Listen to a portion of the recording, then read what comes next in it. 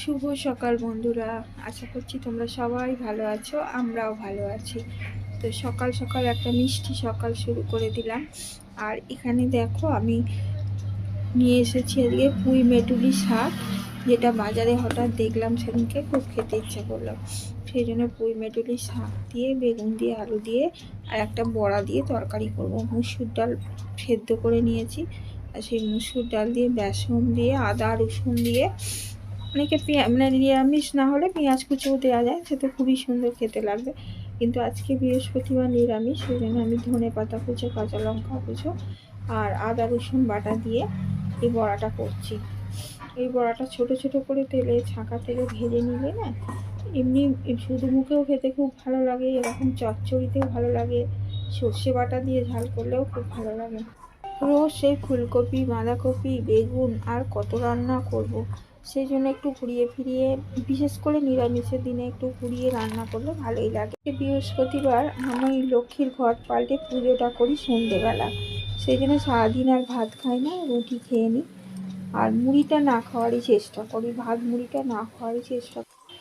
পুজোটা আমি সন্ধেবেলা করি, কারণ নিয়ম তো সন্ধেবেলায় বইটা পড়া।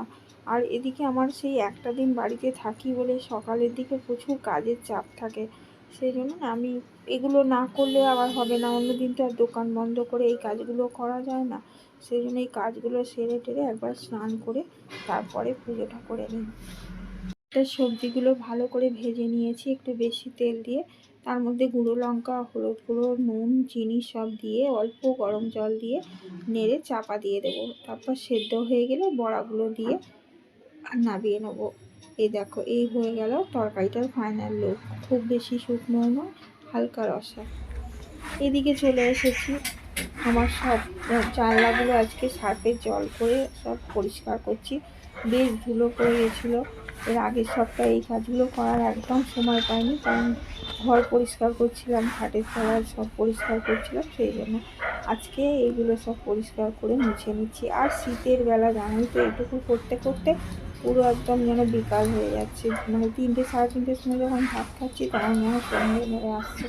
আর আমাদের তো জানোই রোদ্দুর একদমই থাকে না। জল দিয়ে ভালো করে গুলে নিয়েছি বালতির মধ্যে, আর একটা ন্যাকড়া ছেঁড়া দিয়ে নিংড়ে ভালো করে শুকনো করে করে রগড়ে নিচ্ছি।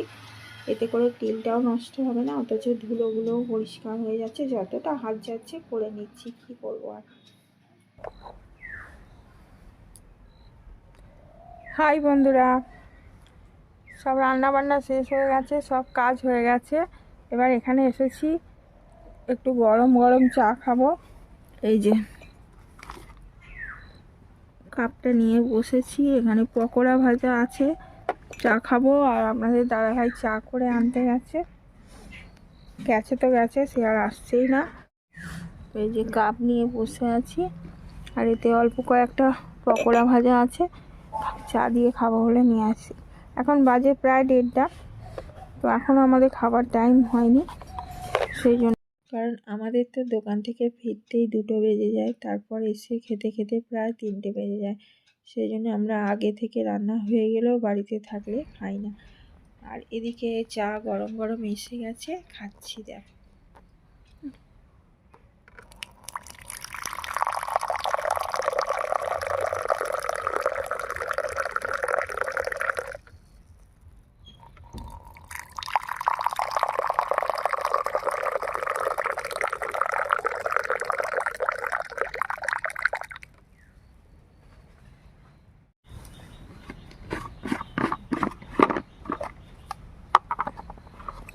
এই যে পকোড়া, চা আর পকোড়া খাবো এবার। চাটা আগে ঢেলে নিয়েছি, না না পকোড়া না। এই যে এখানে বসেছেন স্যার, আর আমি বসেছি একটা ছোট টুলে নিচে। না না না না,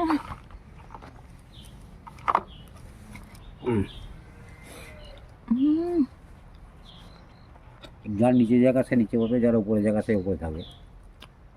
হেবি সুন্দর লাগছে পকোড়া দিয়ে চা, এখন সুন্দর একটা জলা জমিটা বসে।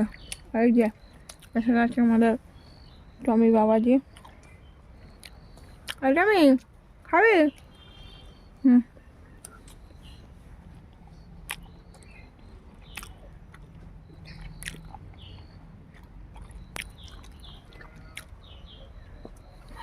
আমি রুটি ফুটি খাই না, সব মুখের চা খাই। টমি চা খাবি?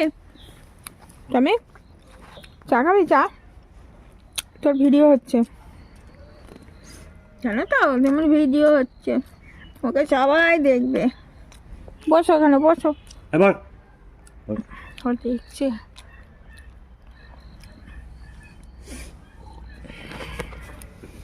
দাঁড়া দেবো, দাঁড়া, এগুলো দেবো, মানে খা খা। এই চা আর পকোড়া খেতে খেতে আজকের ভিডিওটা এখানেই শেষ করছি। আপনারা সবাই ভালো থাকবেন। টাটা।